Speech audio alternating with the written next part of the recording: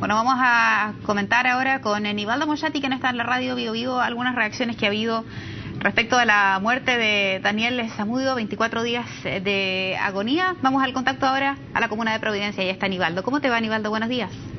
Hola, Verónica, buenos días. Es impresionante la conmoción que ha causado el fallecimiento de Daniel Zamudio en las redes sociales, y uno se pregunta por qué.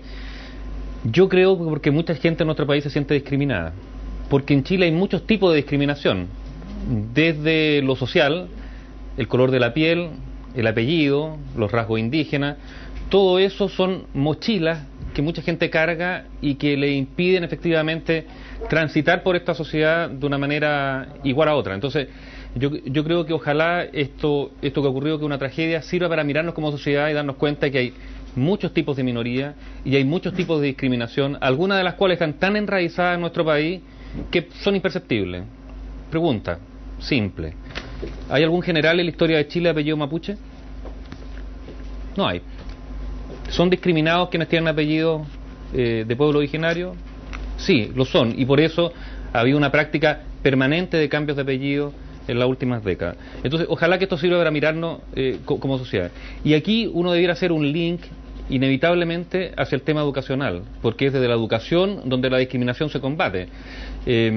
Una educación donde, por ejemplo, las clases de educación cívica no existen, la gente sale de la escuela sin saber cómo funciona nuestra sociedad, cuáles son sus deberes y cuáles son sus derechos, pero también porque aquí ha habido un menosprecio a la educación pública, que en rigor la educación pública, en la escuela pública, es el lugar donde se forma el ciudadano, donde la república finalmente forma a los ciudadanos del mañana.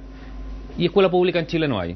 Una escuela de verdad pública, de calidad, laica, en el sentido laico, donde da lo mismo tener o no tener religión, y donde da lo mismo si se es inmigrante o no, si se tiene determinada preferencia o no.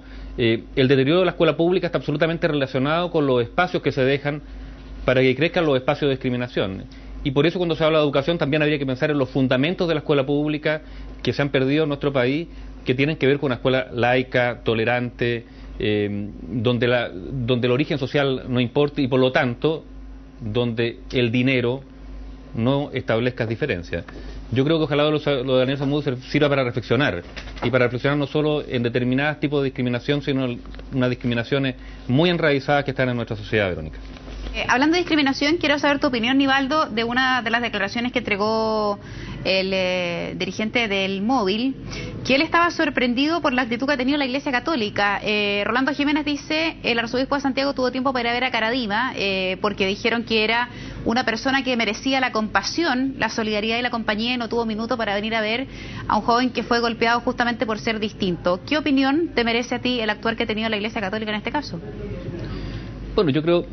A ver, el tema de las minorías sexuales para la Iglesia Católica es algo que no pueden ellos entender, porque el discurso de la Iglesia de los últimos años, a partir de la llegada al papado de Karol Wojtyła, de Juan Pablo II, que lo que hizo fue centrar el tema de la moral básicamente en lo sexual, dejando de lado lo que era más bien lo social, que era la impronta del Concilio Vaticano II.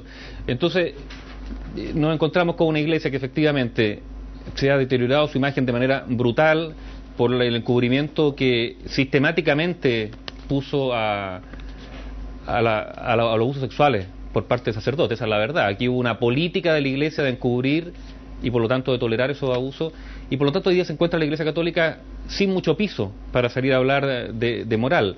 Y en particular en el caso de Chile, lo de Caradima tiene muchísimas aristas que son pequeños detalles, pero cuya suma agravan la posición de la Iglesia Católica, la desidia de algunos obispos, la connivencia de otras autoridades y finalmente la tolerancia hasta el día de hoy. Porque fíjate que en el caso de Caradima, claro, a él se le juzga canónicamente y se le condena, pero todo su entorno, quienes pueden haber sido encubridores, y particularmente su entorno que pudo haber sido víctima también de Caradima y que hoy día esté reproduciendo sus conductas, y que hoy día algunos de ellos son obispos, y para qué decir sacerdotes, bueno, de eso la Iglesia Católica se ha desentendido, ha barrido la mugre debajo de la alfombra, y de esa perspectiva no sorprende que la Iglesia Católica esté, por así decirlo, encasillada en mirar la moral de una perspectiva muy, muy propia, particular y estrecha, y por lo tanto queda fuera del diálogo social.